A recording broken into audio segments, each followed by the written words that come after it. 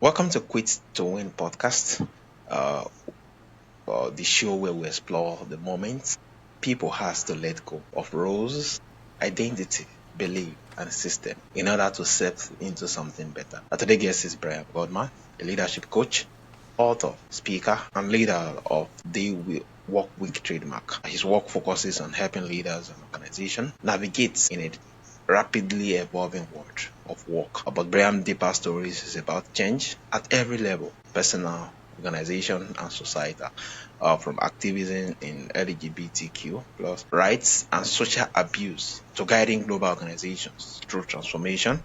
His journey has been shaped by a constant truth. Change only happens when people are willing to let go of what no longer works. And as he often reminds us, hold it on too tightly, keep you stuck.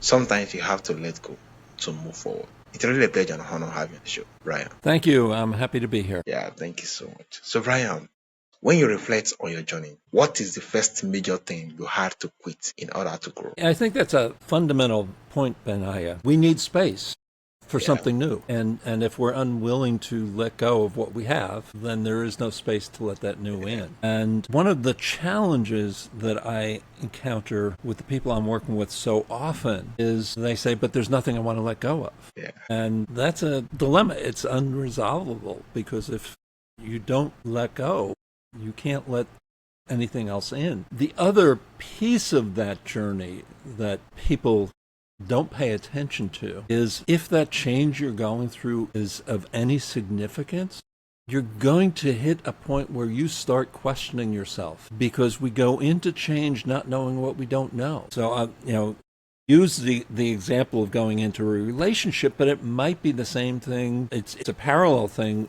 with organizational change or social change. You go into a relationship not knowing what you don't know. And now you might have to let go of the fact that you can drop your dirty clothes on the floor at the end of the day, or that it's okay to leave dirty dishes in the sink, or the opposite. We have to let go in order to move forward. yeah.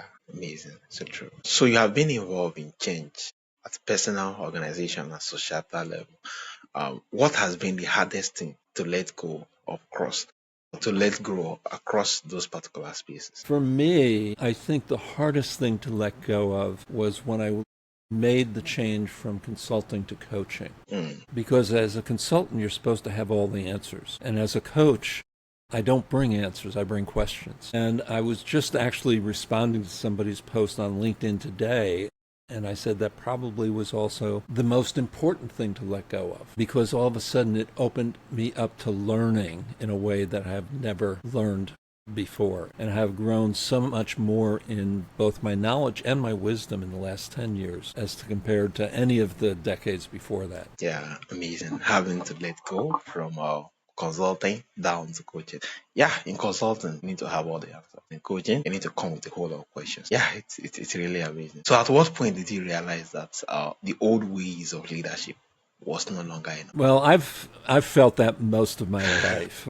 I often say that I'm a millennial in a boomer body. Yeah, My two siblings followed the boomer path of going to work for a company and staying there until they retired. I've probably worked for more than a dozen companies in half a dozen industries and at least that many different professions over the course of my life. So it has been an ongoing change journey for me. yeah, amazing. An ongoing change. Yeah. Was there an identity or version of yourself that you had to outgrow in order to move forward? That's an interesting question because I think the answer at both the personal and the professional levels Yeah. is one of the things that really shifted my understanding of leadership, which was the earlier question that you asked, was knowing that even when I was in a position that required me to be a command and control leader, which was when I was basic training drill sergeant in the U.S. Air Force back in the early 1970s. I watched others around me who fit that stereotype, right in your face, yelling and screaming at you and belittling you and trying to break you down. And I realized not only is that not who I am, but I can't play that role, or I refused to play that role. And so I learned very early on in my leadership journey that there is an importance to the human connection in leadership. One of the things that I am now working so hard to get other leaders to let go of is the belief that the technology we call artificial intelligence can replace the human in our organizations Yeah. because AI brings intelligence. And Benaiah, you and I can be the two smartest people in the world, along with everyone else who has Yeah. access to AI. Yeah. The distinguishing factor is our wisdom, our ability to apply judgment, discernment, ethics to the application of that intelligence. And so the case that I'm making to leaders is they have to become more human and surface more humanity in their workforce than ever before. Yeah. Amazing. They have to be more human. The fact that AI actually come into being, a whole job is going to go, and having to change and being able to kind of being able to in terms of judgments and making use of those particular tools is something you have to learn. Amazing. So you often say that change is a journey. People repeat. What does the journey look like in real life when someone is in the middle of it? So we all know this instinctively because we have all taken the journey. And Yeah.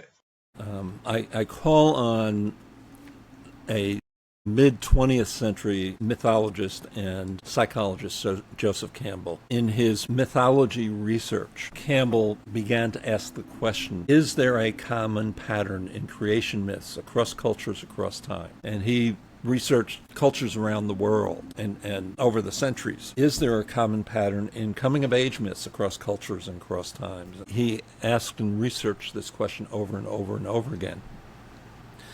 And myths are all about change, whether it's the earth coming of age and people coming into that being, whether it is the change that we go through as we go from infants to child to adulthood and so forth. What Campbell found is that there is one pattern through all myth, one pattern through all change. He called it the hero's journey, and he wrote about it he wrote and did television shows and so forth about it in numerous different ways, but sort of the seminal work is the hero with 1,000 faces. And I don't even know at this point if I'm quoting Campbell or paraphrasing him, but in essence, his message was, while we approach each change as if it's unique and unpredictable, it's not. We take the same change journey over and over and over.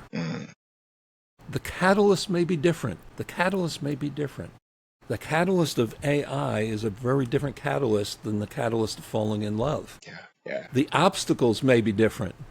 The obstacle of how do I train this machine while not letting it replace me in my job is a different obstacle than how do I adapt to a partner who insists I pick up my dirty clothes off the floor. But the journey is the same. I have written about that journey, and I'm going to give you my version very quickly in answer to your question. But before I do, if you have read a good novel, if you have watched any of the Star Wars movies or any other adventure movie like that, a Star Trek movie or a great mystery, a Harry Potter movie, they all follow the hero's journey. We start off by leaving our familiar, going into the unknown. We encounter unanticipated obstacles. We count on teachers and guides and so forth. And when we get to the end of the journey, we are different people. As I use the hero's journey as my model, I start off by creating with my client a story from the future, not a story about the future. And the reason we go with a story from the future is it's a head, heart, gut story. It involves our emotions. It involves our intuition. It involves not just our intellect, but more fully who we are. And that story actually begins to build new neural networks in our brains. Yeah, amazing. Then once we know that destination, we may know it in great detail, or we may know just a few pieces of it that we want. Then we begin not to plan, because all we're planning for is what is in our consciousness. And there is so much more in our unconscious that can hold us back. So, and I'll just make this brief, but we all have anchors in our lives. We all have those things that give us a sense of security, a sense of control. What does an anchor do? It holds something in place. And so we're back to where we started this conversation. we need to look at those anchors. We need to lift them up out of the unconscious, lift them up out of the water, if you will, and say, which ones do I still need? Which ones do I have to let go of? Are there other anchors that I now need to add? As we begin to surface these different things, now we can begin to plan and we can begin to move forward. And we don't need a from here to there plan, because we've all made those plans. Yeah. We've made sure we've dotted every I and crossed every T. And by the time we're a week in, something has changed and the plan is no longer current. Yeah. We just need to know where we're going to take our next step. So it begins with the story from the future. It begins with preparation, then planning, preparation, and actually taking the journey are iterative pieces of that process. Yeah. It begins with preparation for the future. It begins with story from the future, then preparation, and then taking a step at a time. Yeah, this is really, really amazing. So what role does discomfort play in helping people make better decisions about change? Sometimes a good role, sometimes a bad. Yeah. None of us likes discomfort. Yeah. And so we try to resolve it quickly. And sometimes there is a value in sitting in that discomfort, because it forces us to look at alternatives, to consider, let's go back to that relationship in the dirty clothes on the floor example. Yeah. The discomfort might be having that conversation that hurts the relationship, or it might be, I just can't live this way. I'm leaving. But what are the other paths forward? Sitting with the discomfort, not forever, not leaving it unresolved, because that builds, depending on the situation, resentment or anxiety or anger or whatever, but sitting with it long enough that you allow yourself time to reflect and consider different alternatives, paths forward, is incredibly important. And again, here's one of the risks of artificial intelligence, because it gives us a sense that we need to act speedily. And when we act speedily, we're moving down the same path and making it narrower and narrower, where if we step back and reflect, there might be another alternative. We may be in a financial position where we don't have to worry about the dirty clothes on the floor, because we can hire somebody to come in and clean the house. Yeah, amazing. Discomfort gets to play roles, either being positive and or being negative. It really does. Yeah, that's really amazing. Thank you so much for sharing that. So when you're guiding leaders through transformation, what is the first sign that they are ready to let go? When they say, I'm not sure what I should be doing. Oh. When they say, I don't have the answers, when they say, I need help, when they say, I need to listen to the people on my team because they have wisdom I don't, when they step back from that stereotype of the perfect leader. Yeah, amazing. When they actually step out from being perfect. Yeah, amazing. So how do you personally approach difficult decision when the outcome is uncertain? I'll go back to what I was saying about the story from the future. Yeah. And give just a little bit more neuroscience. In our hearts, we have the same motor neurons and sensory neurons, the same electrochemical activity as in our heads. In our guts, between our esophagus and the other end of the digestive tract, we have about as many neurons as a cat's brain. Now, different neuroscientists will use different language, but they all agree that head, heart, and gut each have very clearly defined functions from a neuroscience perspective, and heart and gut communicate up to the head about 9 times more than the head communicates to heart and gut. So our head, specifically, it starts in the prefrontal cortex. That's where we do what we call thinking. That's where we do problem solving. That's where we get our creative ideas. That's where we reason things out.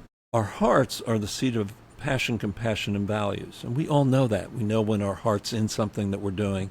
We know that when our heart's just not in it. Our gut is the seat of courage, self-protection, and who we are at our core. So I'll give you a personal example in a moment, I pay attention to which seat of wisdom, if you will, I should be listening to. Mm. So a couple months ago, I began to enter a new relationship, and my heart was in it, and my heart was in it, and my heart was in it. But as time evolved, my gut started to say, be careful here. Something's not right. My head said, I think something's not right, but I can't figure out what it is. And my gut kept on saying, something's not right. My heart kept on saying, get in it deeper. And eventually my head caught up with my gut. And even though my heart said stay in it, my self-protection said, get out. Yeah. I have one client who has asked, and he will actually say, is this a head decision? Is this a heart decision? Is this a gut decision? And he will have intentional verbal conversations with each. Yeah. Have conversation with each God. Yeah, that's really, really amazing, especially how you came about with the decision you make. It's really intriguing and a whole lot of insight to really learn from that. Yeah. Thank you so much for sharing. So, looking back, is there a decision you initially resisted quitting that you now see different? One of the things that somehow I've gotten to the age of 76 without very much of is regret. I know through a lot of reflection that ultimately a lot of the decisions I make are intuitive, but they are not just snap decisions. And so sometimes I think, what would be different if I had made that decision more quickly? But I also appreciate the fact that if I had made it more quickly, I might have made a different decision. Yeah, so true. Yeah, amazing, amazing. Thank you so much. Yeah, amazing. So, lastly, what does winning look like to you now compared to when you actually started in your career? Winning for me right now, it's interesting. I don't usually think about that Yeah, word, but it means three things. It means whomever I have interacted with that day has found some value in our interaction. yeah, It means whatever I have done that day, I have become at least a little bit more intelligent and a little bit wiser. And it means through the combination of those two, I have made a little bit more of a positive footprint on this earth. yeah, amazing. Wherever I've interacted with, whatever I've done that day, amazing. Such a lovely way of defining meaning and bettering the world through your actions. Yeah, it has really been. So, Brian, from our audience who would love to reach out, either for your coaching sections or to reach out to you for couples of questions or to further the discussion, how can they reach out and where is the best path? So I am on LinkedIn. I have a website, transforminglives.coach. I'm available on email, Brian, Brian, at transforminglives.coach. And I have a YouTube channel, which is at, all one word, at Brian Gorman Maverick Coach. And I have a podcast, which is on Apple, on iHeartRadio, on Spotify, on several other major podcast platforms, called Conversations, and that is spelled Q, not C, QONVERSATIONS. Yeah, amazing. Thank you so much, Brian. One more, and I have a Substack. I have a Substack that I post weekly. Yeah, thank you so much, Brian. This has really been amazing, and thank you for the load of insight. Your work just shows that change is not just something we manage; it is something we must participate in by letting go of what Lolo. Yeah, it's really a pleasure and honor once again having you on the show, Brian. Thank you so much for this opportunity. Yeah.